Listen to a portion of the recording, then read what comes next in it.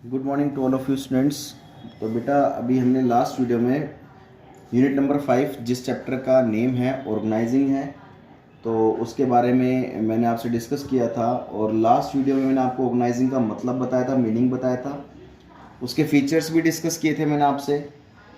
और इम्पोर्टेंस बेटा चल ही रही थी हमारी, तो इम्पोर्टेंस में दो ही इम्पोर्टेंस हो पाई थी हमारी। जो पहली इम्पोर्टेंस थी वो था बेटा बेनिफिट ऑफ स्पेशलाइजेशन, और सेकंड जो थी हमारी थी क्लैरिटी इन वर्किंग रिलेशनशिप। तो हमारी ये चल रही थी बेटा इम्पोर्टेंस ऑफ ऑर्गेनाइजिंग, ये हमारा टॉपिक चल रहा था, इम्पोर्टेंस ऑफ ऑर्गेनाइजिंग। में हमने दो इम्पोर्टेंस पढ़ ली थी। हमारी अब थर्ड इम्पोर्टेंस आती है बेटा। जो थर्ड इम्पोर्टेंस है वो है optimum utilisation of resources. Optimum utilisation of resources.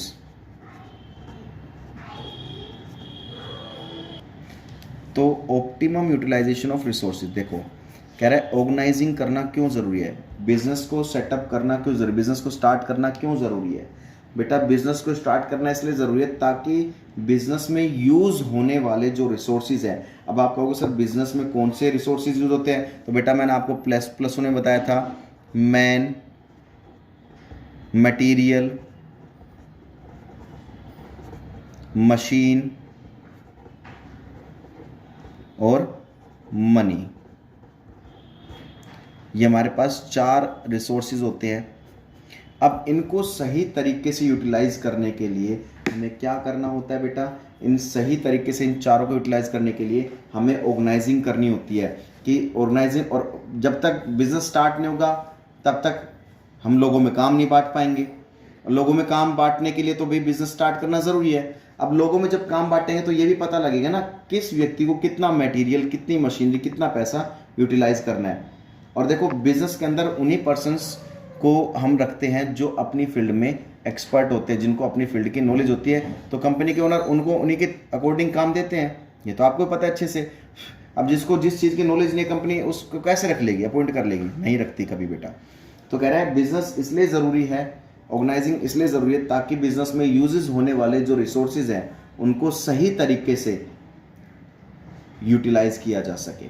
कई बार क्या होता है बेटा, इन रिसोर्सेज का ना अननेसेसरी वेस्टेज होता है।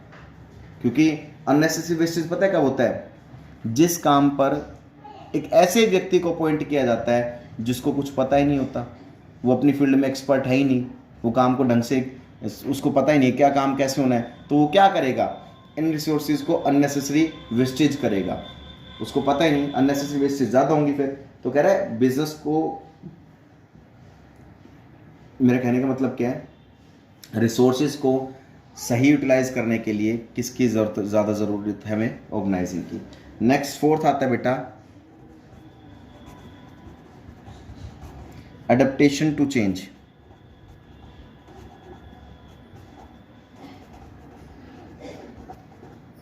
देखिए अडेप्टेशन टू चेंज का मतलब क्या होता है, यहाँ पर सिंपल सा एक मीनिंग बात बता देता हूँ।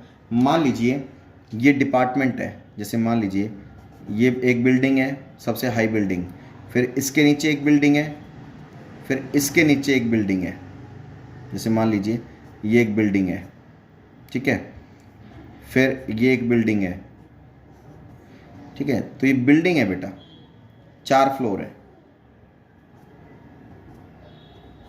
मान लीजिए इस फ्लोर पर एक वैकेंट पोस्ट आ गई, यानी कि इस बिल्डिंग में 2 पोस्ट वैकेंट है जो खाली हैं, जिन पर कोई व्यक्ति काम ही नहीं कर रहा है। यहाँ पर वैकेंट पोस्ट है, 2 पोस्ट खाली है, ठीक है। तो क्या करेगी बिजनेस, ऑर्गेनाइजिंग क्यों ज़रूरी है। देखो अगर बीच में अगर गैप आ गया, सपोज एग्जांपल, अगर आप पता है, देखो काम यहाँ से किसके पास जाएगा, इसके पास, इससे इसके पास, फिर इससे इसके पास, फाइनली अब मान लो यहाँ पर वैकेंट पोस्ट आ गई, तो ये काम तो यहीं रुक गया। ये वाला डिपार्टमेंट किसको काम भेजेगा, नहीं भेज सकता। और यहाँ पर नहीं आएगा तो यहाँ पर कैसे आएगा वो काम।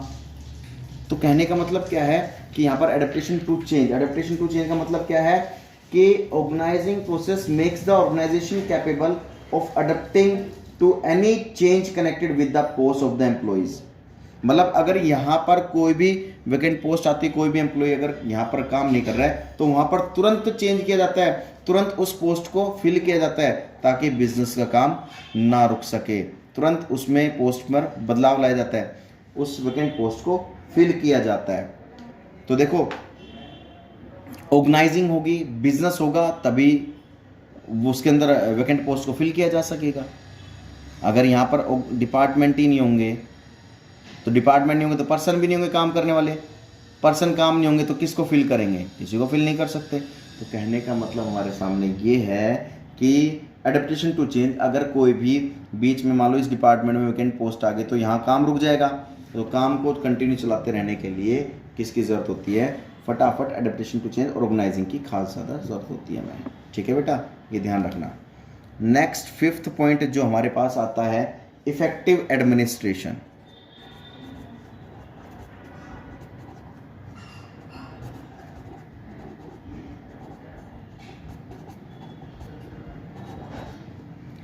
इफेक्टिव एडमिनिस्ट्रेशन, देखो एडमिनिस्ट्रेशन का मतलब होता है एडमिन डिपार्टमेंट। ठीक है, देखो बिजनेस के अंदर सबॉर्डिनेट्स होते हैं, उनके कुछ सीनियर्स होते हैं। सबॉर्डिनेट्स का मतलब आप समझ ही गए होंगे, सबॉर्डिनेट्स का मतलब होता है एम्प्लॉई, और सीनियर तो हमारे सीनियर होती है, इट में बी लीडर, इट में बी ओनर, इट में बी डायरेक्टर, जनरल मैनेजर, कोई भी हो सकता है सीनियर। तो सबॉर्डिनेट्स का मतलब हम एम्प्लॉई लोग होते हैं। तो कहता है कि ना, अब हम पढ़ क्या रहे, इंपॉर्टेंस ऑफ ऑर्गेनाइजिंग, क्यों ज़रूरी है ऑर्गेनाइजिंग करना। बेटा एडमिनिस्ट्रेशन को इफ़ेक्टिव बनाने के लिए, बिजनेस को इफ़ेक्टिव बनाने के लिए, बिजनेस को ग्रो करने के लिए, एम्प्लॉय को मोटिवेट करने के लिए, एम्प्लॉय की वर्किंग एफिशिएंसी को बढ़ाने के लिए, एम्प्लॉय को टाइम टू टाइम अगर उसको मोटिवेट करोगे, उसकी वर्किंग एफिशिएंसी को बढ़ाओगे तो वो क्या करेगा, काम को उतना ही अच्छा करेगा, और जितना वो काम अच्छा करेगा तो बिजनेस तो ग्रो करेगा डेफिनेटली। तो कह रहे हैं एडमिनिस्ट्रेशन को इफेक्टिव बनाने के लिए किसकी ज़रूरत होती है, हमें ऑर्गेनाइजिंग की ज़रूरत होती है, बिजनेस को सेटअप करने की ज़रूरत होती है। क्योंकि यहाँ पर इफेक्टिव एडमिनिस्ट्रेशन कब बनेगा, जब यहाँ पर सबका रिलेशनशिप क्लियर कर दी जाती है। भाई कौन किसका सीनियर रहेगा, कौन किसका जूनियर रहेगा, कौन किसका सुपीरियर रहेगा, कौन किसका लीडर रहेगा, कौन किसका डायरेक्टर होगा, क्योंकि यहाँ पर वर्किंग रिलेशन भी क्लियर कर दिया जाता है आपस में। ठीक है, नेक्स्ट आता है 6 पॉइंट आता है development of personnel, development of personnel. देखो under the process of organising delegation of authority is practiced, and this is done not because of the limited capacity of an individual but also to discover new techniques of work। बताएगा development, देखो हर business क्या चाहता है कि भाई उसका business time to time develop करे, और वो बिजनेस को डेवलप करने के लिए क्या करेगा, बिजनेस नई नई टेक्निक्स को फॉलो करेगा, नई नई टेक्निक्स को अपनाएगा, और हर अपने एम्प्लॉय को उतना ही काम देगा जितनी उसकी कैपेसिटी है। अगर देखो किसी एम्प्लॉय को उसकी कैपेसिटी से ज़्यादा काम दे दिया जाएगा तो वो काम को नहीं कर पाएगा, और काम नहीं कर पाएगा तो भाई बिजनेस तो कभी ग्रो ही नहीं कर पाएगा उसकी। देखो अगर आप किसी एम्प्लॉय को उसकी वर्किंग एफिशिएंसी से ज़्यादा काम दे देते हो तो वो काम को नहीं कर पाएगा, उसकी एफिशिएंसी सारी खत्म हो जाएगी, वो डिमोटिवेट हो जाएगा। कह रहा है बिजनेस को अगर डेवलप करना है ना तो आप टाइम टू टाइम नई टेक्निक्स को भाई अपनाते रहो, नई नई आइडियाज़ माइंड में लाते रहो। और दूसरी बात क्या है कि टाइम टू टाइम अपने एम्प्लॉयज़ को भी डिसीजन लेने की पावर दो, उनको भी अपॉर्चुनिटीज़ दो। क्योंकि देखो अपने एम्प्लॉयज़ को अगर हम डिसीजन लेने की पावर देंगे ना तो वो मोटिवेट होता है, और मोटिवेट जितना होगा वो उतना ही काम अच्छे से करेगा। उसको ये लगेगा कि देखो मैनेजमेंट हमें अपने डिसीजन में इन्वॉल्व कर रही है, मैनेजमेंट में इन्वॉल्व कर रही है, तो वो और अच्छे से काम को करेगा। नेक्स्ट एंड लास्ट आता है एक्सपेंशन एंड ग्रोथ।